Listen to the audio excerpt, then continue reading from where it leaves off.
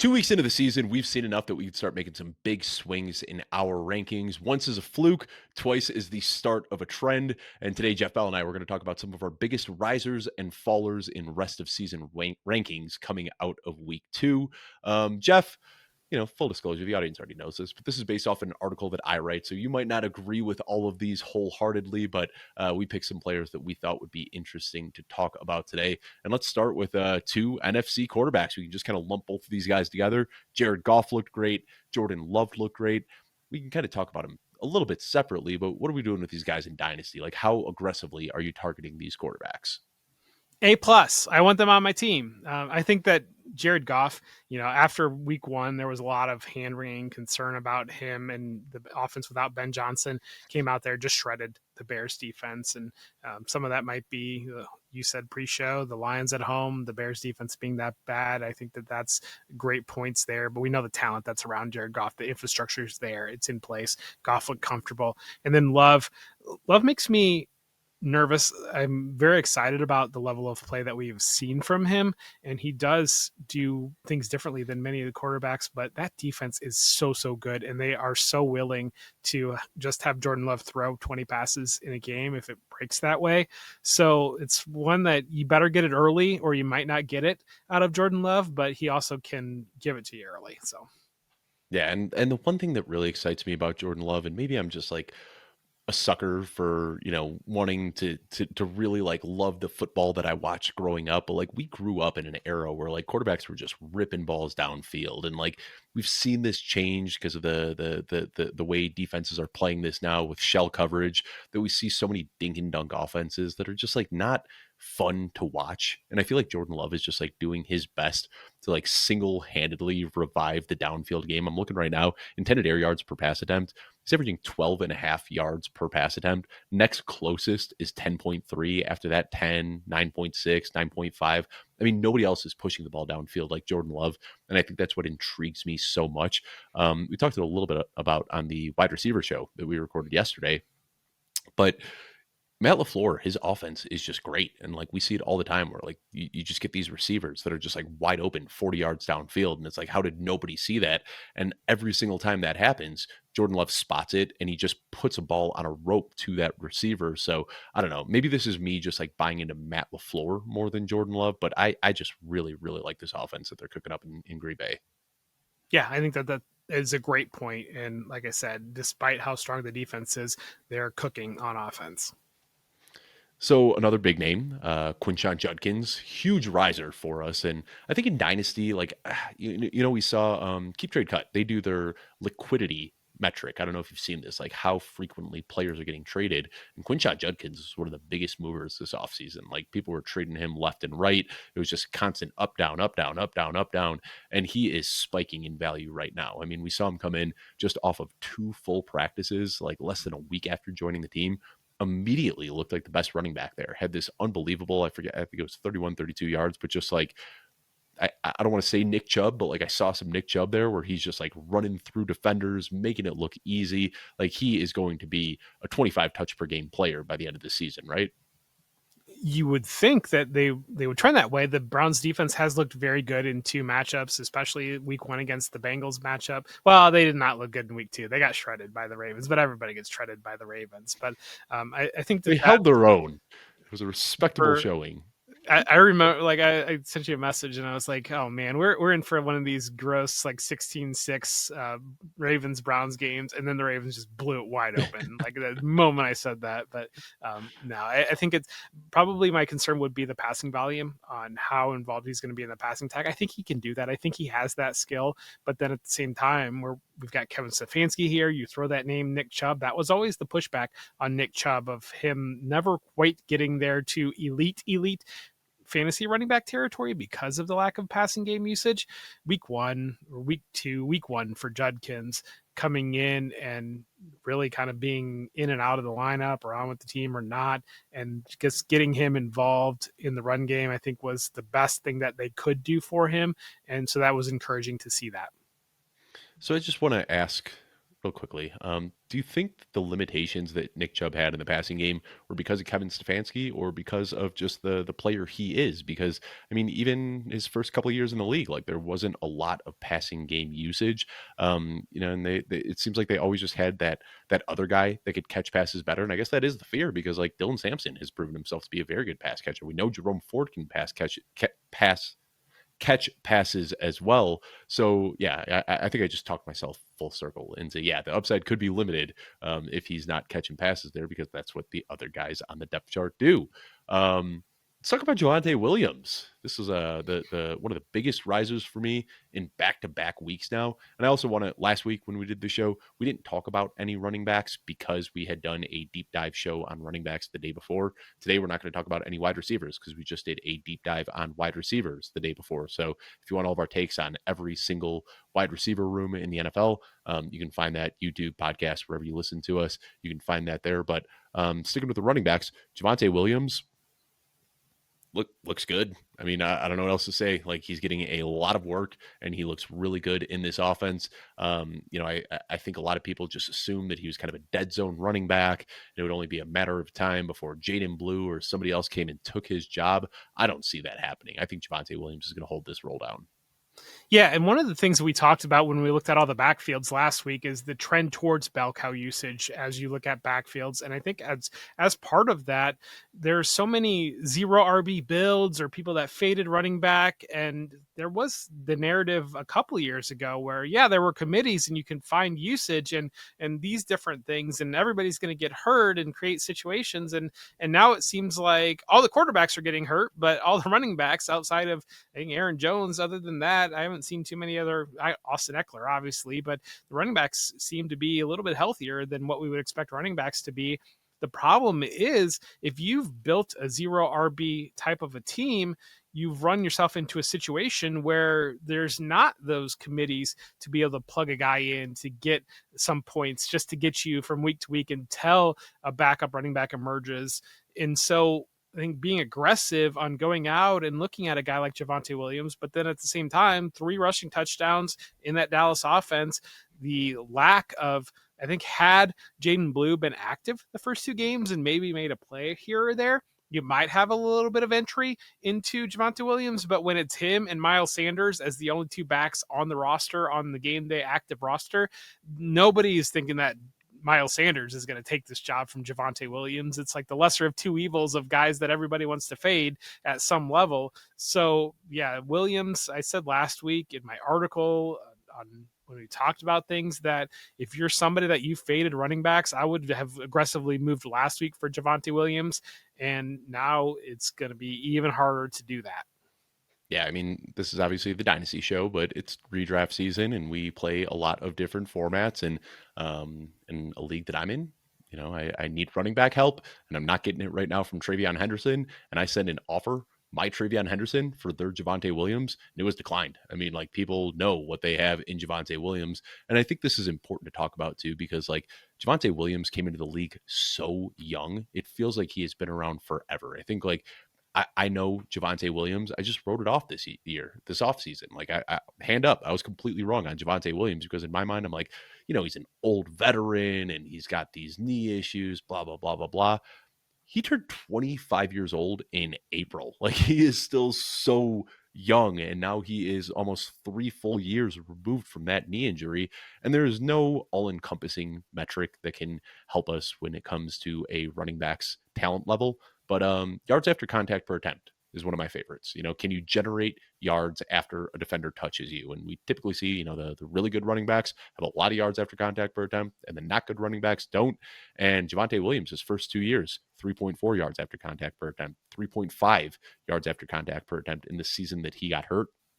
Over the next 2 years, that dipped down to 2.5 yards after carry per attempt, about a full yard less than what he did through his first 2 years. Well, this year, he's right back on track with 3.4, which is exactly what we saw in his first 2 years in the league. So running behind a much better offensive line. They're dealing with some injuries now, but he is a good patient runner that can run through contact. He can break tackles. I mean, there are just so many things to be excited about right now with Javonte Williams in this offense. If you go back to, we do our division preview shows in May, moving into June, and that's kind of our unofficial kickoff to get ready for this season and really try to start to dial in on this. I was drafting a lot of Javonte Williams early. I was drafting a lot of Travis Etienne early. I was looking at them saying kind of they're landing in like round 10, round 11 in best ball drafts. Like they've got a very clear runway to be the lead backs within these backfields. And then I kind of was, you start to just, you get into the rookie hype a little bit. You get so many different camp stories going on. You start to take in other points of information, and some of it's not other points of information, some of it's other points of opinions. And you start to like the chorus of Javonte Williams being horrible. You start to get in just embedded with that as you move through August. One of the things that I have found value in is just when I get to like 2 or 3 weeks away from the season, just stopping and resetting to what I thought about early. And that got me back around on Javonte Williams. I still wasn't as high as I would like to have been on Javonte Williams. I was slightly ahead of consensus when it came in on Javonte Williams. I feel like early on I would have been way ahead of consensus, and I wish I was sitting at that spot and had a little bit more of him. Yeah, and I mean, he looks good, and I don't know what else there is to say. Like he looks, I don't want to say his pre-injury self, but darn close to it. I mean, and if we rewind, there's some people that might be watching this show that just started playing Dynasty in the last 2-3 years and might not remember, but like Javonte Williams was the RB2 in Dynasty. Like it was Saquon Barkley and Javonte Williams were the two top guys. Like Christian McCaffrey was dealing with some injury struggles then, and a lot of people were taking Javonte Williams ahead of Christian McCaffrey. I remember after that 2021 season doing a dynasty startup, I had the 11th overall pick in a super flex draft, and I took Javonte Williams in round 2 with the 202. I mean, like that's how much steam this guy was getting, and then just a devastating knee injury where he talked about it like ACL, MCL, LCL, meniscus, hamstring, like just everything in his knee got absolutely shredded. And we see sometimes it can take years for that to come back, but still a young enough guy who seems to be doing the conditioning and the rehab that he needed to, and he looks close to his pre-injury self. So yeah, wheels way up for Javonte Williams. Even like not even this isn't just a contending piece. Like I think still 25 years old. If he plays well enough, they'll give him a 2-3 year contract to stay here in Dallas. If Dallas doesn't bring him back, somebody is going to get intrigued by what they see here. So I'm buying Javonte Williams in all formats. Another guy I want to talk about, Bhayshul Tuten. This is a guy, just an obvious riser. We didn't get a chance to talk about him last week because Tank Bigsby hadn't officially been traded yet, but now Tank Bigsby was traded. That gives Bhayshul Tuten more opportunities to play, and albeit in a smaller role, we did see a really nifty touchdown catch and run where he just like immediately foot in the ground, one cut, made a defender miss, and then just boom in the end zone in the blink of an eye. And I think that's what people like about Bhayshul Tuten so much is that short field quickness, and that was on display last week. Yeah, I feel like I'm kind of stuck on him because you're exactly right. Everything you said is right. The opportunity is much better with Tank Bigsby gone. He did make that one play against the Bengals. I still think they tend to want to have Travis Etienne be the bell cow back within their offense. And for Travis Etienne, he's been a little bit of an up and down player throughout his career, but I feel like there's so much turmoil with Brian Thomas of what's going on right now. And, we got Travis Hunter moving back and forth and Trevor Lawrence apparently blowing off the coach and not exactly as accurate as you want him to be. And it's like Travis Etienne's kind of the steadying presence within that offense for them early in the season. And so like, that's my big pushback on, I'm very hesitant to think that Tuten is just going to come out and take the job outright. But I can't deny that their opportunity is better. He made that big explosive play that resulted in a touchdown. I mean, the Quinn Allen was still getting snaps, not really getting touches, but he's still kind of on the periphery. But I think Tuten is definitely the back that you want outside of Etienne, but in redraft, definitely, but probably even arguably in Dynasty, I still want to buy Travis Etienne. Oh, for sure. Yeah. And I think Travis Etienne has looked good. There's also the contract year narrative, whether you buy into that or not. He is on a contract year, and we've seen, pretty good metrics supporting that running backs play better in those seasons. But Tootin is the type of guy, we know like the 98th percentile speed score, ran a 4.32 at the combine, like the best of this year. And I think that's the exciting thing is like you don't need him to take Travis Etienne's job. If he's just getting 8 to 10 touches per game, that alone can give you flex consideration.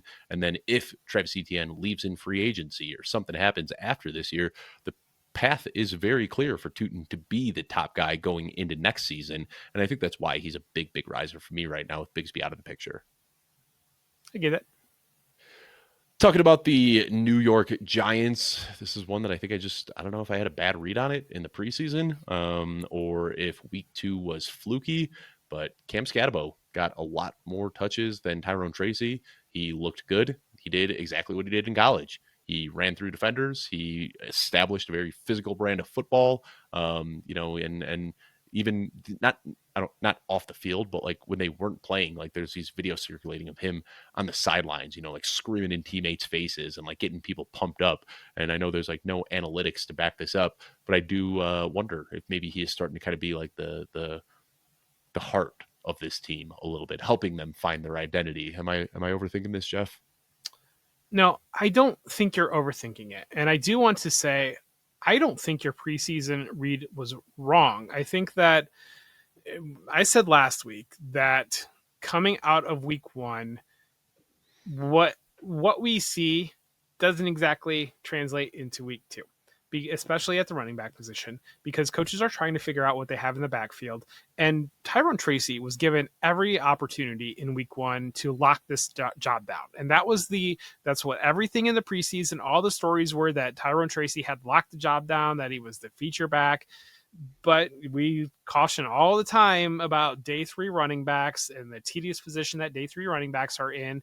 And Tyrone Tracy questioned the coaching out of that week 1 performance. And he had a disappointing performance in week 1. He questioned the coaching, and then that opened up the opportunity, because Cam Skattebo, he had that nice play in week 1 where that pass and he blew up a guy and it kind of jacked everybody up, but then he was negative yardage when he did rush it. Like, didn't, outside of that, didn't look great. But the door was opened. And I think that that's one of the things that you look at Javonte Williams. We talked about Javonte Williams. If he was horrible in week 1 and week 2, we'd be seeing Jaden Blue, like, probably at this point, or we'd seeing Right. Miles Sanders at this point. Some of it's in what we are trying to do in the preseason and trying to set draft rankings, trying to look at season long and the preseason. We're reading the tea leaves, and just because it's right in week 1 doesn't mean it's going to be right in week 2. It doesn't mean it's going to be right as the season goes on. So, like, I will talk about another guy, a rookie that I feel like, to be on Cam Skattebo, you had to have ignored what was actually coming out of camp. And to some level, like, lean on your own evals. That's great. But at the same time, we're trying to discern and disperse what we are hearing, what the team is actually doing, what the reporters that are actually there are saying that's happening.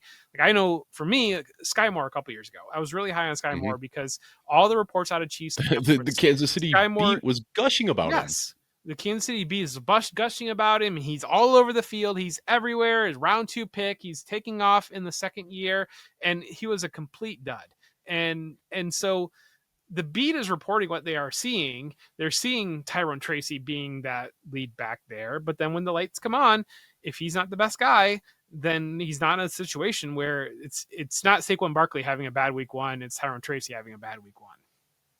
Yeah. And I think that's the fear here is like all it takes is one game and not even one game, one play. Like that one play that you talk about, for anybody who didn't watch week 1, it was just like a little check down to the flat, but Skattebo like got the entire stadium on their feet, like just dropped his head and went right through a defender. And like he's got that bowling ball physicality that people really like out there, and that opened up opportunity for more touches. And then he just kept doing that same thing over and over and over again in week 2. So this is one where like this is why we talk about running backs being so volatile all the time, especially day 3 running backs like Tyrone Tracy.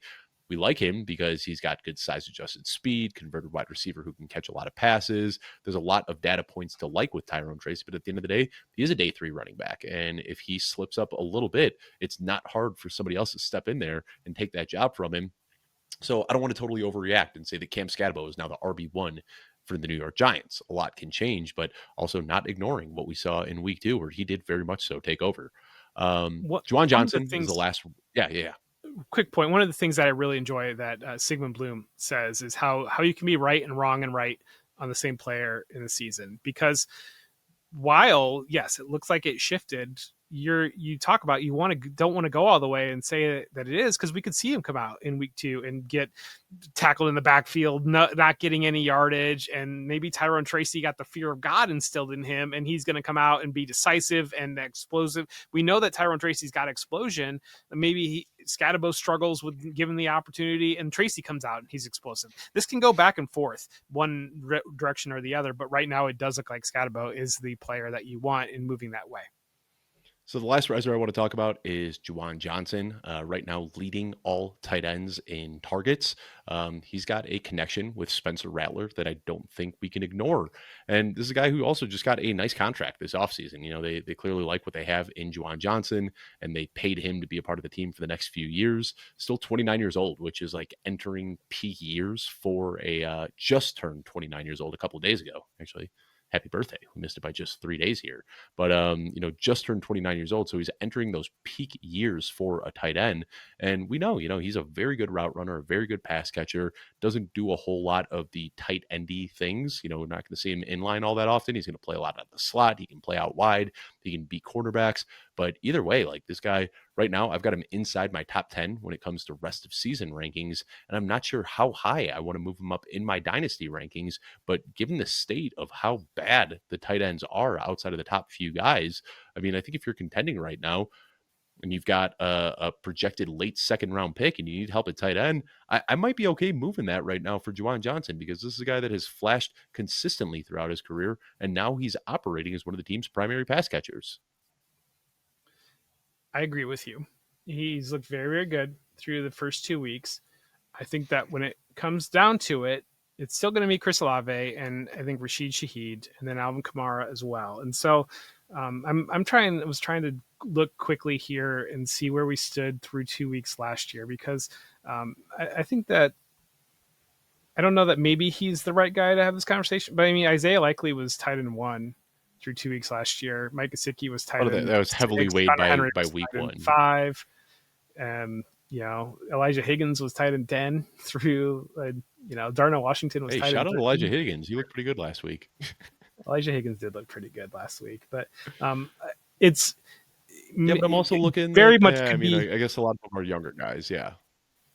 It very much could be very real for Juwan Johnson, and I like to call out. And I think that you're exactly right that he is a riser. I think I still am at the point, and I just want to exercise a little bit of caution when it comes to some of this, because there's a lot of noise, there's a lot of signal in what we've seen so far. The volume has undeniably been there. The plays have undeniably been there. And at some level, you do need to buy into that. And I think that Johnson is maybe not the perfect player to make this point on, but I'm saying that we saw some players be very high in week 2 and then be nothing the rest of the season last year. You know who was the QB2 through week 2 last year? Derek Carr. Derek Carr. Exactly, yeah. So maybe we're getting a banana in the tailpipe in New Orleans again. Let's talk about some fallers here, Jeff. This isn't the fun part of the show, but we gotta have the discussion. And Joe Burrow, an obvious faller, as he's probably going to miss the majority of this season, coming back from this grade 3 turf toe that could potentially require surgery. They already put him on IR. They're saying 3 months. A lot of people are speculating that he could end up missing the entire year. But this being the Dynasty show, we need to have a really tough conversation about Joe Burrow, because next year will be his age 30 season. This is a guy who's consistently dealt with injuries now throughout his career. I think he just kind of like fell in right behind Lamar Jackson, Josh Allen, Jaden Daniels. It was Joe Burrow and Jalen Hurts kind of in this tier together. Does this, missing an entire year, coming back at age 30, potentially having limited rushing upside after that, how much do we react here? Like, how much do we move him down in dynasty rankings? Of course, we're working off my rest of season rankings here where Joe Burrow is droppable now in redraft leagues, but the dynasty conversation gets really, really interesting. So we are not the podcast. We're not going to. We're going to play a name with games, or a game with names.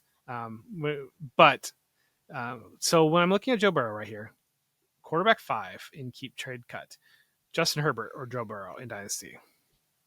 Herbert, easily. Drake May or He's Joe 2 years Burrow. younger too, right? Yeah, Drake May. I that's where it gets tough. You know, I you could talk me into May because of the rushing upside, but I'm also like never a big fan of giving away an MVP level talent for somebody who could develop into something. That's why like Justin Herbert has already checked the boxes. I do that. I don't know if I'm ready to make that move for Drake May or Caleb Williams or some of the other young guys that have flashed. Patrick Mahomes or Joe Burrow.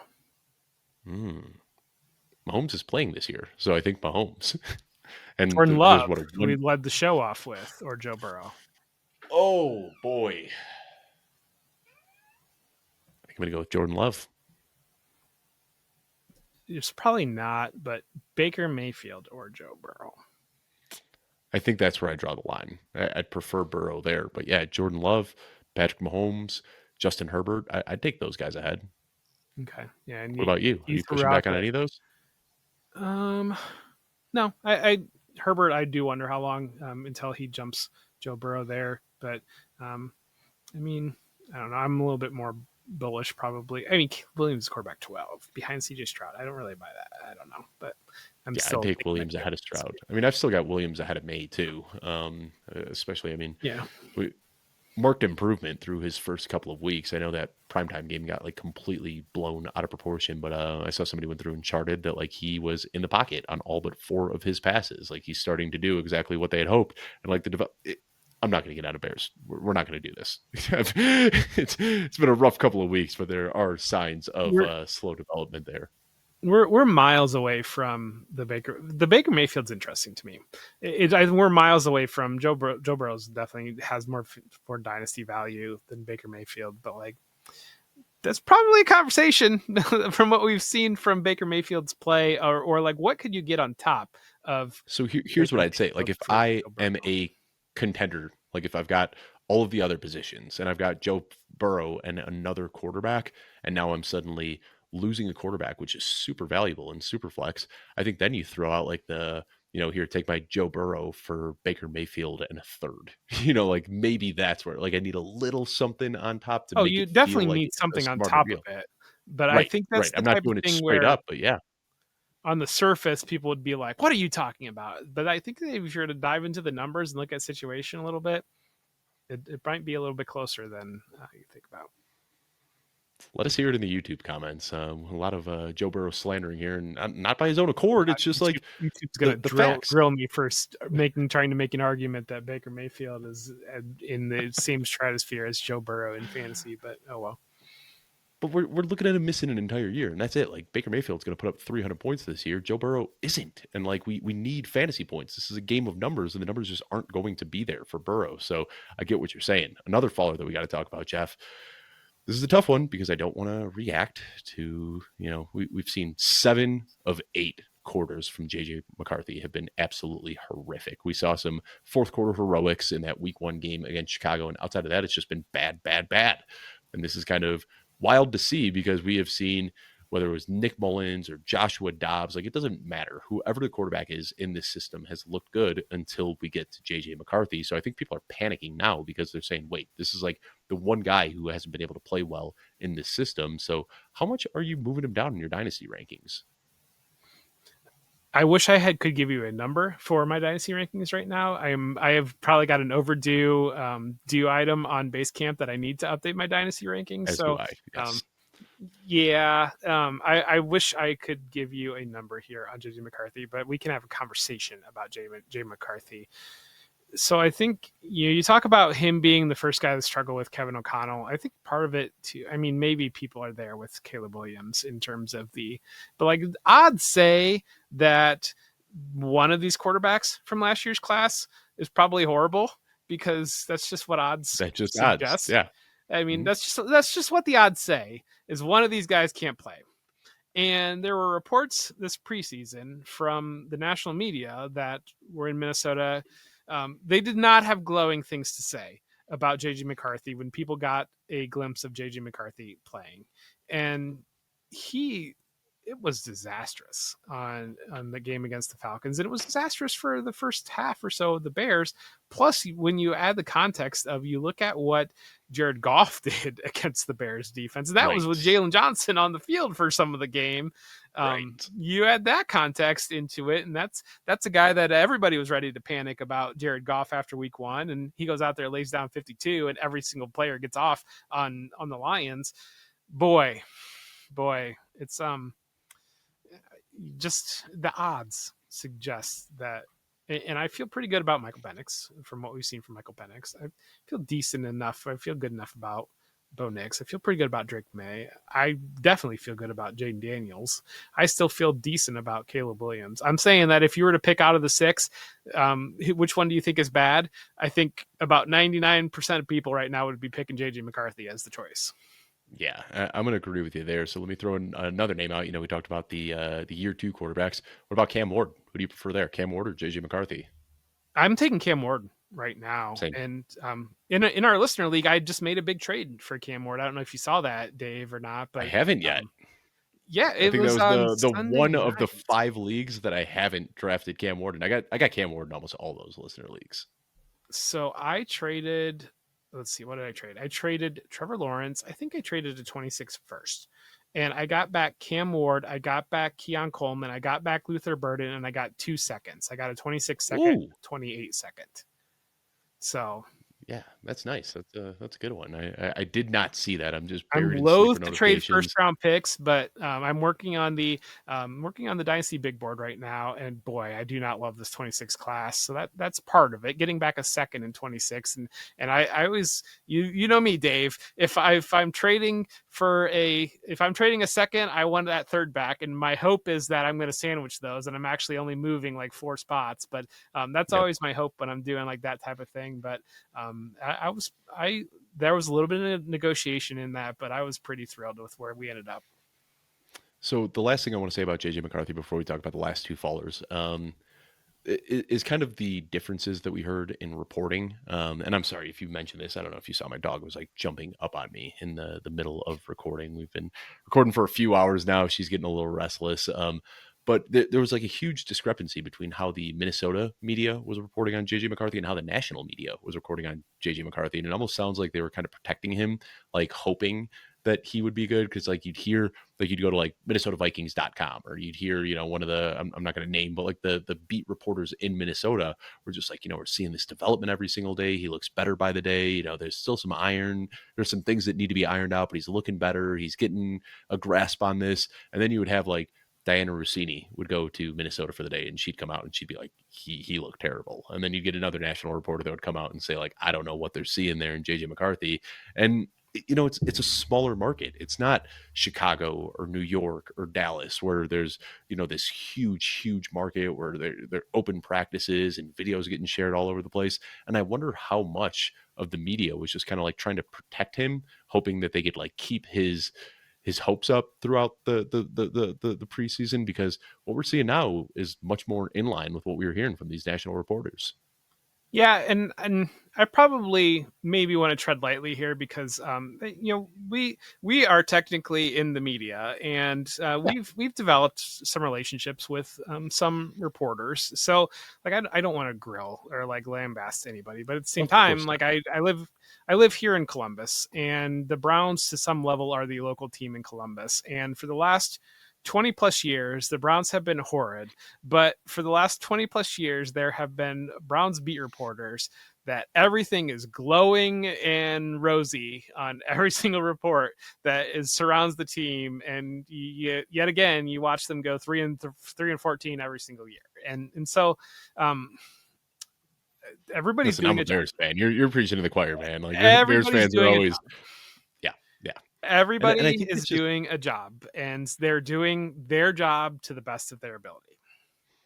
and this, I don't know what can of worms we're opening here, but like beat reporters have just changed so much over the last like 15, 20 years. And that's, I think, as teams become a little bit tighter with credentials that they're willing to give out. And, there's so much now where the media is working with coaches and GMs and interviews and all these sorts of things, that there is a lot more protective reporting than it used to be. I think about it, like when I first really started getting into sports, I remember Nick Friedel, who is now a national reporter for the NBA.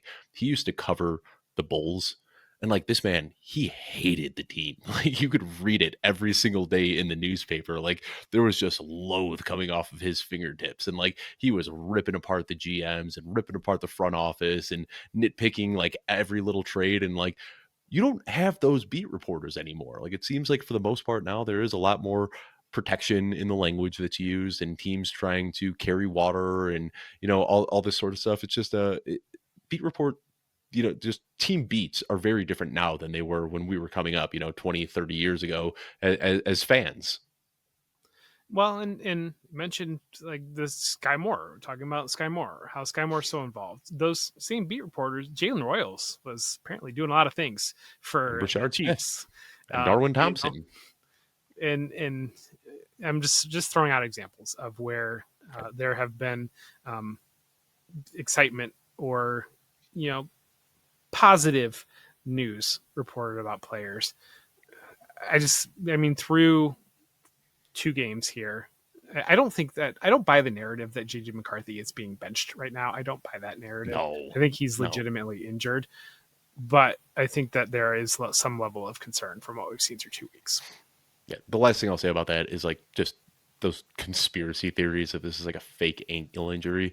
Last year, do you remember Joe Mixon, right? Like it was that hip drop tackle. He went down with the ankle injury, went to the sideline, came back and finished the game before missing the next 3 weeks. Like I'm not an NFL level athlete, but I played sports in high school and I had done that myself. Like where you twist an ankle, finish the game, and then you wake up the next morning and it balloons up and it's black and blue. Like that happens. So all of this conspiracy about like, oh, JJ McCarthy, soft benching. No, I'm not buying into that. I think that he actually got it. But part of that, we saw the knee cost him all last year. Now 2 games in, Right. we see the ankle. And part of, I also don't buy injury prone, but part of it too is, okay, we had a knee that lost the year. Now we've got an ankle that's going to lose some games. And part of that's a factor too. And a big thing that we liked about JJ McCarthy was the rushing upside, which we saw a ton at Michigan. And if he's dealing with an ankle, that could impact that. 2 more fallers I want to talk about, Jeff, and Isiah Pacheco. I don't even know how to start off the conversation here. Like I was hopeful that this is just like negative game scripts, perhaps, that were impacting him, and thought, maybe we can see better days ahead. But then I went back and I watched the film, and he is just indecisive. Not running through tackles the way that he used to. I don't know if this is just like lingering from the foot injury that he suffered last year, having those same efficiency struggles. But like right now, he is very firmly in a timeshare with Kareem Hunt for early down work, hardly getting on the field for passing downs at all. So, Isiah Pacheco, we see this often with these day 3 running backs. You squeeze a couple good years out of them, and then that's just kind of the end. I don't know if that's where we are with Isiah Pacheco, but it also feels like that might be where we are with him. Is this year 3 or this is year 4 for him, right? Yeah. Which so year 1, already on borrowed time for a day 3 guy. Like if you're getting production in year 2, that already feels like you've kind of stolen something. because year 1, when he was a rookie and broke out, they still had Tyreek Hill there. Yep. And so you had Tyreek Hill manipulating the defense. That was just an amazing team, top to bottom. You had prime Travis Kelce, 26-year-old Patrick Mahomes. Yeah. I mean, when you're throwing deep balls to Tyquan Thornton in a game that you're getting blown out in, like what is scaring the defense? Like that, I think, is where a lot of it is there's no reason why you should give the Chiefs run game any space at all right now. And, they're kind of building their offensive line a little bit. I think that, but yes, I think Pacheco has very much struggled, and I definitely was, I was drafting him quite often because I was buying into the argument that we were similar. We were taking this player in round 2, round 3 last summer, and the argument is very much there. I didn't buy Kareem Hunt actually taking work from him. I thought Kareem Hunt was pretty well washed, and so I thought that it was really primed for him to be the lead back here. And unless they can get something figured out in week 3, at what point do they just try to figure out any solution? So quick fact checked on ourselves. Tyreek Hill was already in Miami that year. I kind Okay. of forget how long it's been. This is year 4 for Tyreek in Miami, That's but that, that I was still guess, that was a yeah, I year thought it where was you had 20. Makes sense. Travis Kelce going for almost 1,400 yards and Yeah. Juju Smith-Schuster, Marquez Valdes-Scantling. Like, they still had weapons, and that was before they had kind of pulled the entire offense in. They were still taking deep shots to Juju, taking deep shots to MVS. So, I mean, that was still Tyreek Hill wasn't a part of the picture, but it was 2023 was when they really kind of changed the offense into what we see it as today. So, yeah, technically incorrect with Tyreek Hill, but still correct with the overarching theme. Yeah, and part of it too is when you're watching Clyde Edwards-Helaire, looking at like Clyde Edwards-Helaire, and then you insert Isiah Pacheco in there, it's like a shot of adrenaline. Whereas like now it's, yeah, he's not the explosion.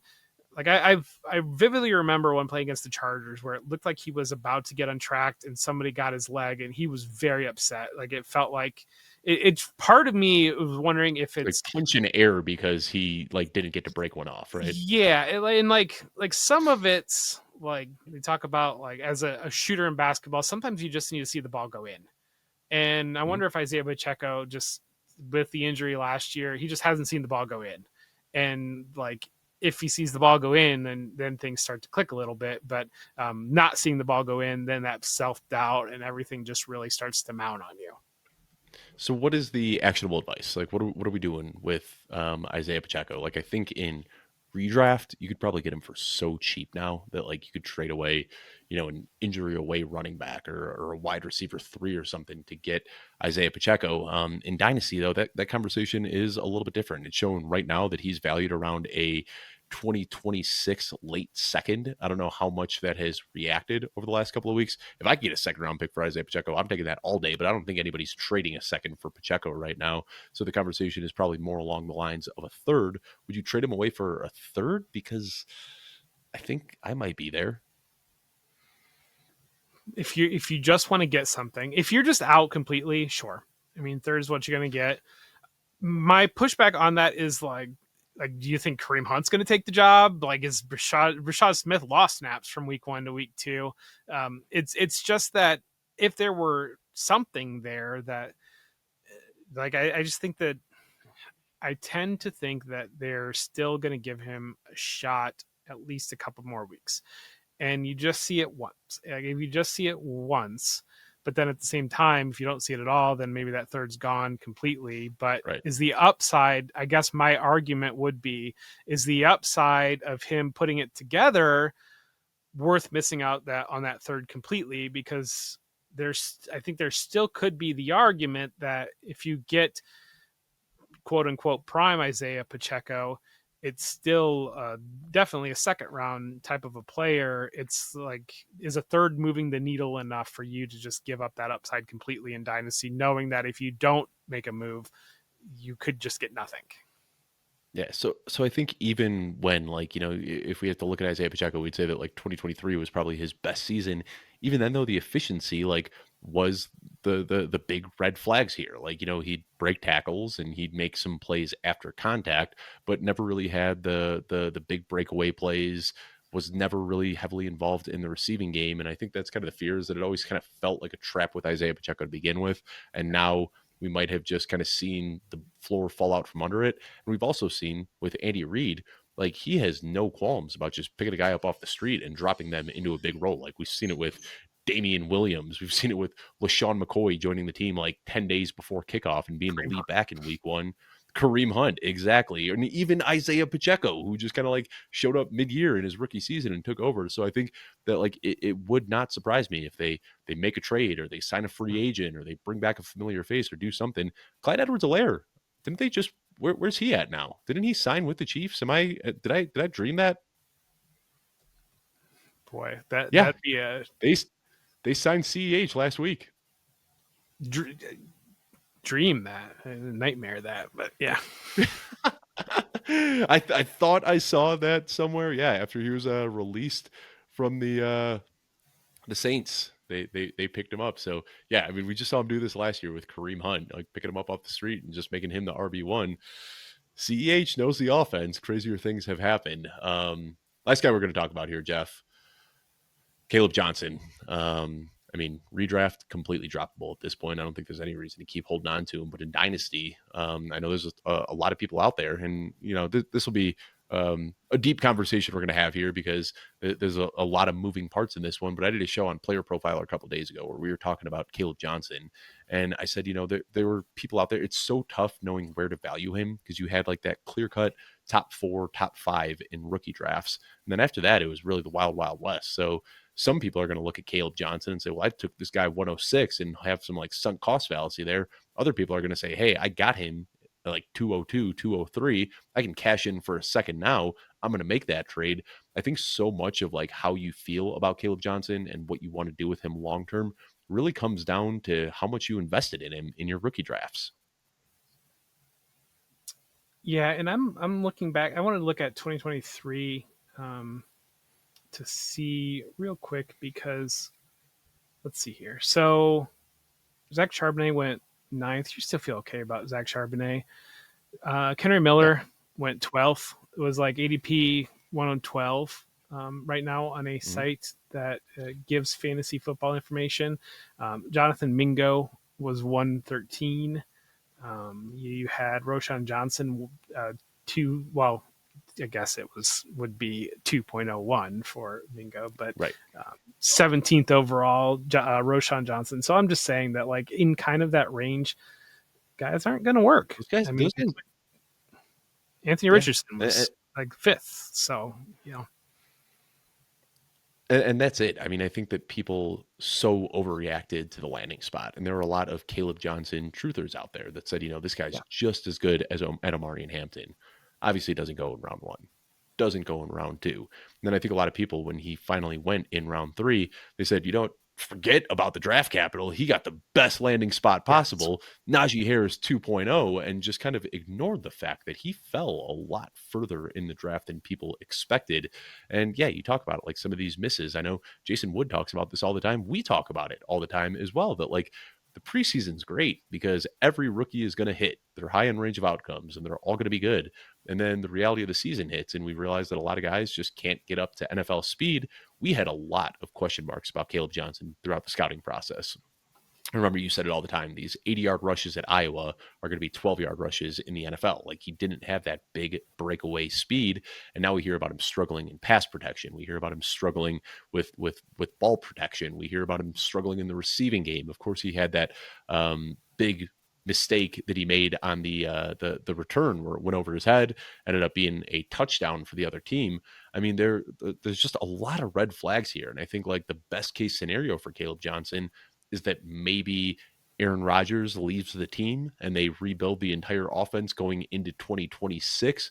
But like, what type of value is there on a player if that's your best case scenario, is like hoping that they can just reshape everything around him?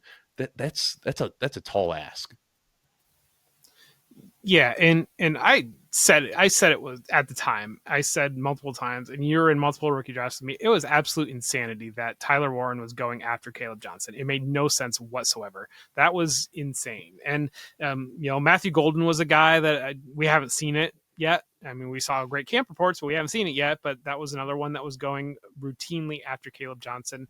But Tyler Warren, I mean, zeroing in on that one because that was, I don't know. I think that was just poor process. Everything was poor on anybody that took Kaleb Johnson over Tyler Warren. It made no sense at all. I think you're exactly right on. He landed in the landing spot that gave people an out. It's ironic because it's like everybody hated Najee Harris, but then everybody wanted to draft a guy that the Steelers maybe thought would be replacing Isiah Harris, but I don't know. It's neither here nor there. But through the process, I mean, it was just one that think about like Isaiah Spiller from a couple years ago, where like he was a Debbie Darling. He was a top 3 running back. And then it's like every red flag was there and people were still taking him at like the 202 because that's where it is in Debbie or something like that. Or, Kaleb Johnson, there was people that were standing on the table saying, this guy's going to run a 4.35. I'm telling you, this speed is there. And he runs like a 4.52. And it's just one of those that You saw what the player was. The league told you what the player was. We had concerns about the passing game, even in the process, and now they want to be a pass-heavy attack. You're exactly right that, yeah, I mean, Aaron Rodgers could leave, or even it could get cold and they could say, it's cold now. We have to run the ball. We have all these tight ends. He's our power back. Let's give him a chance. It could still be alive. And so, like, you're not dropping outright in Dynasty or anything like that with Kaleb Of Johnson. And course. I mean, if people are so panicked, maybe you're buying Kaleb Johnson. Maybe not right now is the perfect time to buy Kaleb Johnson after that gaffe on the kick return.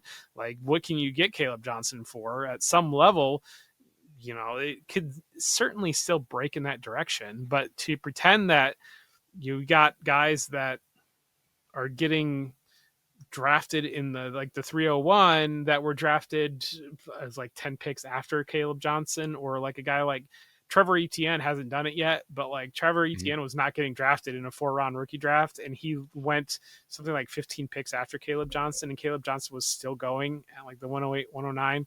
It's just a very cautionary tale on what to do in the draft. And we're not, I mean, we This have isn't adopted. hindsight either. I want to say that, like, this Yes. isn't hindsight analysis from us. Like, you can go back and watch shows from April and May where we were kind of asking, we're like, what are we missing here? Because ADP had it where like Caleb Johnson was going ahead of Abuka, where like people were just saying, like, with their chest that like Caleb Johnson is going to be awesome. This is such a good landing spot. And we were saying like a round 3 running back over a round 1 wide receiver over these tight ends that are going inside the top 15 where he was regularly going. And I'm looking at ADP right now where, he was right behind Ibuka, but we saw that flip flop in a lot of drafts, but ahead of Matthew Golden, a round 1 receiver, Tyler Warren, who went top 15, Quinshon Judkins, who had a great landing spot, Colson Loveland, who went top 15, Jaden Higgins, Cam Ward. I mean, like, that's obviously single QB, but like there were so many players that we couldn't wrap our minds around at the time why Caleb Johnson was going where he was.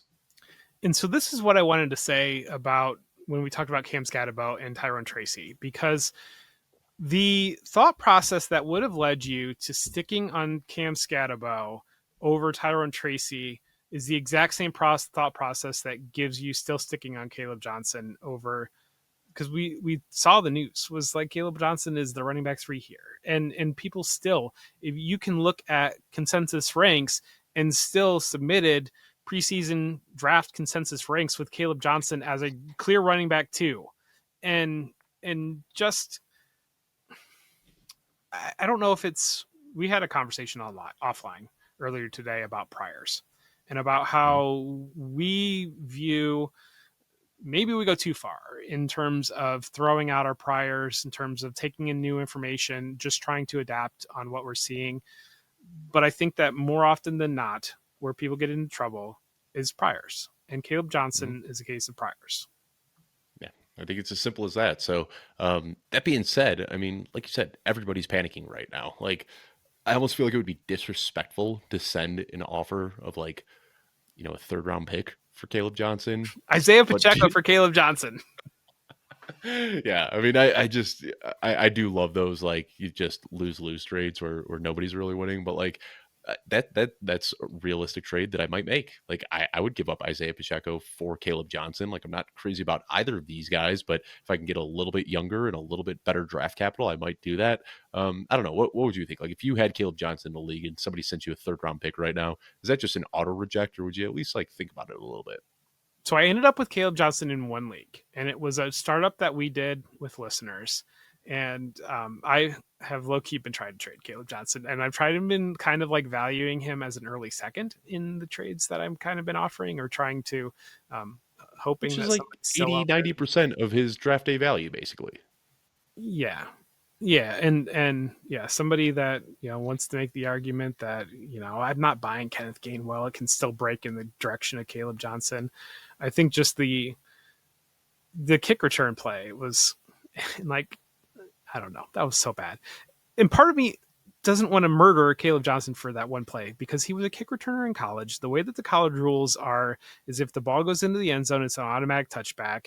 But at the same Right. time, like watching that play, like it bounced well short of the end zone. It looked like he touched it. I don't know if he touched it or not, but it definitely It looked looks like like it, like, he touched glanced it. off of his helmet, maybe? Yeah, and like it looked like he touched it when I Yeah, watched it, I and thought he did.